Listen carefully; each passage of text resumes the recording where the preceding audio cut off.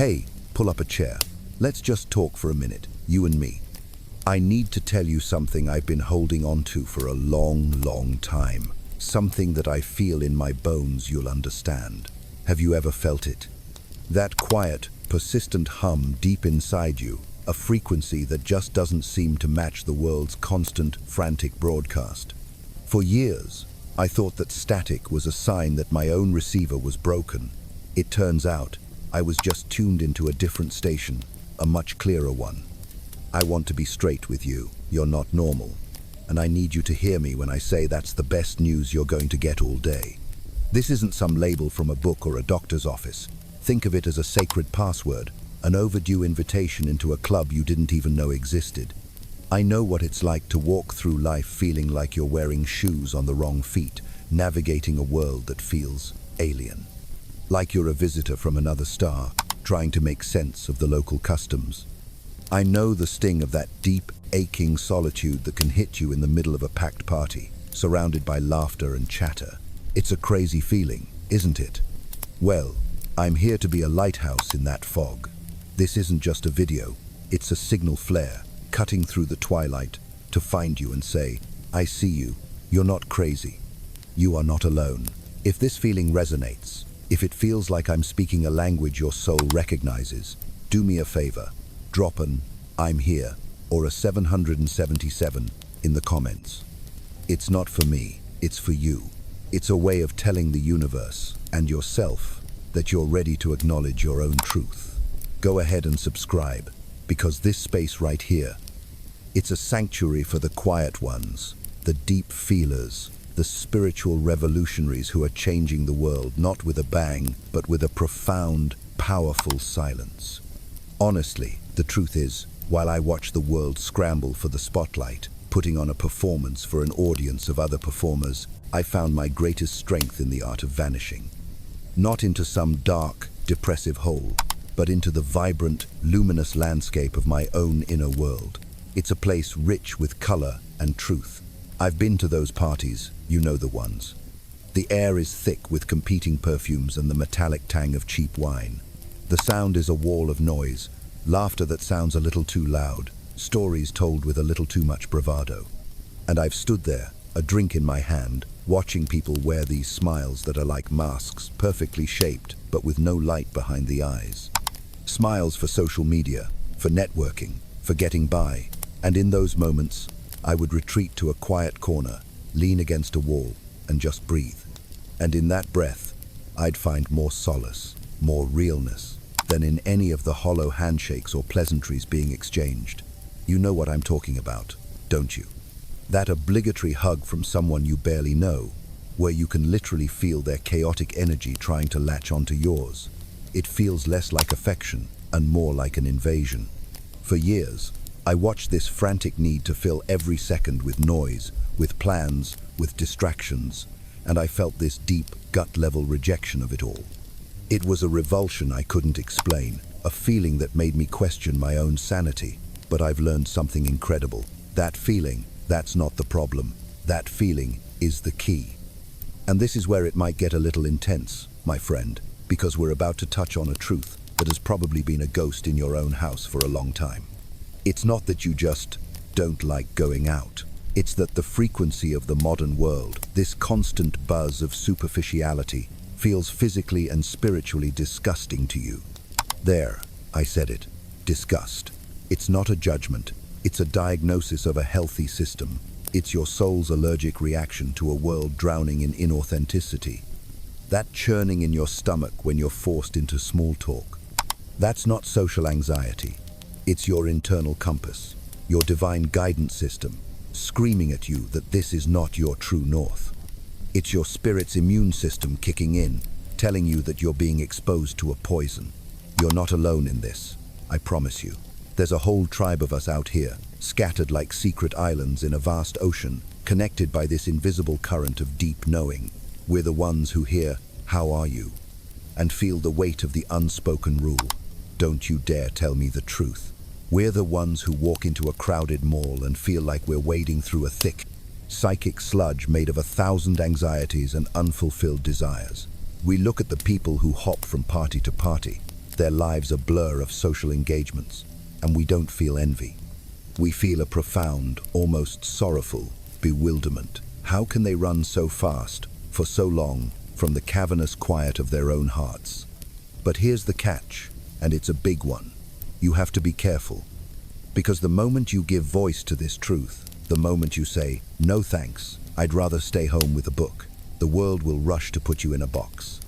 They'll slap a label on it: antisocial, depressed, weirdo. They'll look at you through the distorted lens of their own terror of being alone, and they'll see you as broken.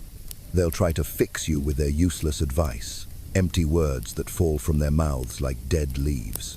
You just need to get out more. They'll chirp, completely missing the point that out there is a spiritual desert for you. A little fresh air will clear your head, they'll say, having no idea that the freshest air you've ever breathed is in the silent sanctuary of your own room. They see your refuge as a prison because they can't imagine a freedom that isn't loud and crowded. And the real reason for all this? They are utterly terrified of the silence you have befriended. Because in that silence, they would have to face the one person they've spent their entire lives trying to escape, themselves. But what if we just flipped the whole script? I mean, really turned it on its head. What if your home isn't a place you hide, but a temple where you go to pray? What if your solitude isn't an escape from the world, but a sacred pilgrimage into yourself? What if society, with all its noise and frantic rules, has been completely wrong all along? It's a wild thought, right? But I'm not the first one to have it. There was this brilliant guy, Jung, who was like a deep-sea diver of the human soul. He came back up to the surface with this pearl of wisdom that, when I first read it, felt like it rewired my entire brain. He said, "He who looks outside dreams. He who looks inside awakes." Just sit with that for a second. Looking outside, chasing the job, the relationship, the likes, the validation is all part of the dream. It's like living in a movie, a grand illusion. But looking inside, that's where you wake up. That's where the movie ends, and real life begins. The question is, are you ready for that? Because I'll be honest, this awakening stuff isn't all love and light and inspirational quotes. No, sir. It's raw. It's messy. It's a brutal, face-to-face meeting with every part of yourself you've ever tried to ignore. It's an alchemical fire that burns away all the junk you've collected, all the masks you've worn, until only the pure, indestructible gold of your true self remains. Now, I'm about to tell you something that might just shatter every story you've ever been told about yourself. You ready?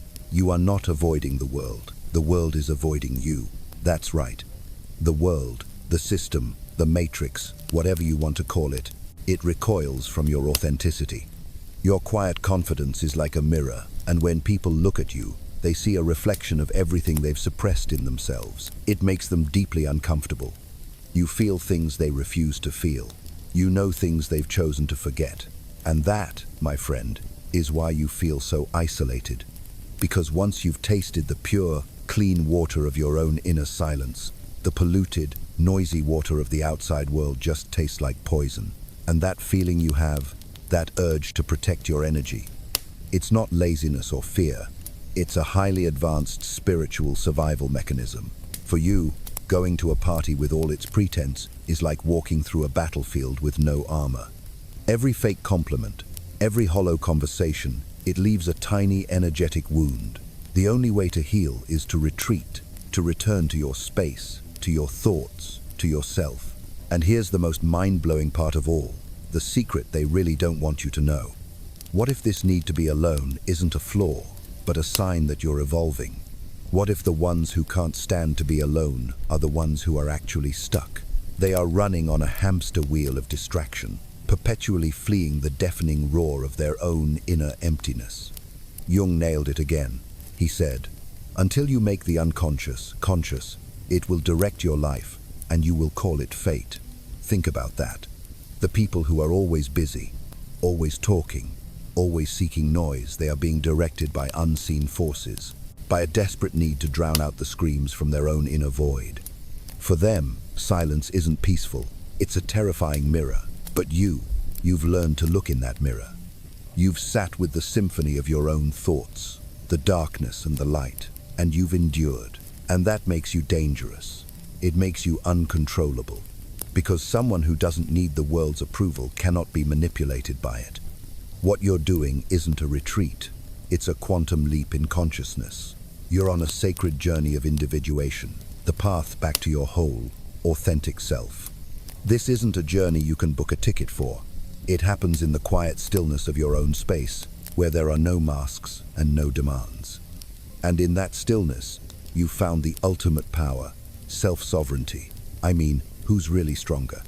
The person who needs a constant stream of likes to feel worthy, or the person who can spend an entire day with a book and feel completely whole?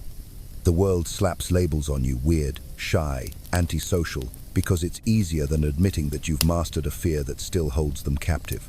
The fear of being truly, magnificently, and completely alone with yourself.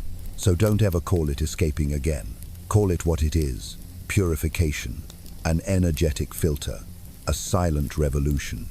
And the most beautiful thing is, you don't need anyone else to get it, because once you've truly connected with yourself, the need to be understood by others just dissolves. So, I have to ask you, are you willing to walk with me a little further down this tunnel?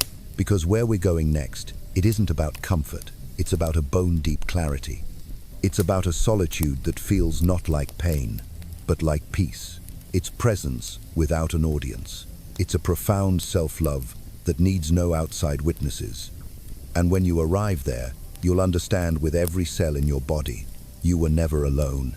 You were communing with yourself. You were never antisocial. You were soul, selective. You were never weak. You were deeply, powerfully awake, and now you know it. The reason you love being home isn't about the four walls around you. It's that it's one of the few places you can truly find yourself. What others dismiss as boredom, you experience as fertile silence. What they fear as loneliness, you embrace as sacred alignment. You have turned your home into a sanctuary, your mind into an ally, and your solitude into a mirror so sacred, no one else is invited. And in that private, holy corner of the universe, that's where your real strength is forged. The kind of strength that doesn't need to be seen. The kind of fire that doesn't need anyone else's wood to burn. Just take a look around you. How many lives are filled to the brim with people and parties, yet are echoing with emptiness? How many people perform happiness for a camera every single day, only to be consumed by their own mind the moment they stop scrolling? They're running, my friend. They're running from the one thing you've learned to face. You've learned to sit in that void and not be afraid. And that is a superpower. So, the next time someone asks you why you don't go out more, just look at them with a calm, knowing smile. You don't owe them an explanation. You don't need to justify your peace. Because they are still out there, searching for the very thing you have already found, the place where it all begins. And that place, my friend, is you. If you've stayed with me this long, then the awakening is real. Hit that subscribe button, not to be a follower, but to be a fellow explorer of these inner worlds. And before you go, leave me a message, a signal from your soul to mine. Just type this in the comments. Silence speaks to me louder than 1,000 voices. Then I'll know. I'll know you're one of us. We'll meet again, inner traveler, in that quiet space where there are no crowds,